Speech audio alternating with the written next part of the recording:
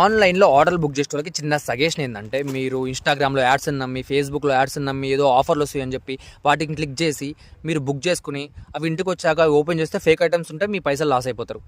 ఏం చేస్తారంటే next time నుంచి మీరు ఇన్స్టాగ్రామ్లో, ఫేస్బుక్లో కానీ ఏదన్నా పిచ్చి పిచ్చి వెబ్సైట్స్ ఉంటే దాంట్లో మాత్రం అసలు బుక్ చేయకండి.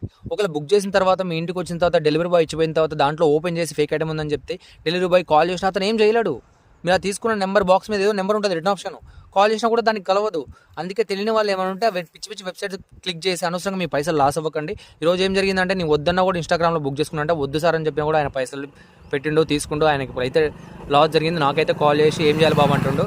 నేనైతే ఏం చేయలేకపోయాను. దాన్ని ఏం చేస్తారంటే తెలిసిన వాళ్ళు ఏం చేస్తారంటే తెలియని వాళ్ళకి కొంచెం మీ ఇంట్లో వాళ్ళకి పాపం తెలియకపో ఉండొచ్చు, ఇట్లా స్క్రోల్ చేస్తారు కాబట్టి ఏవో యాడ్స్ వస్తుంటే ఆఫర్ వస్తుంటే క్లిక్ చేస్తారు, బుక్ చేస్తారు.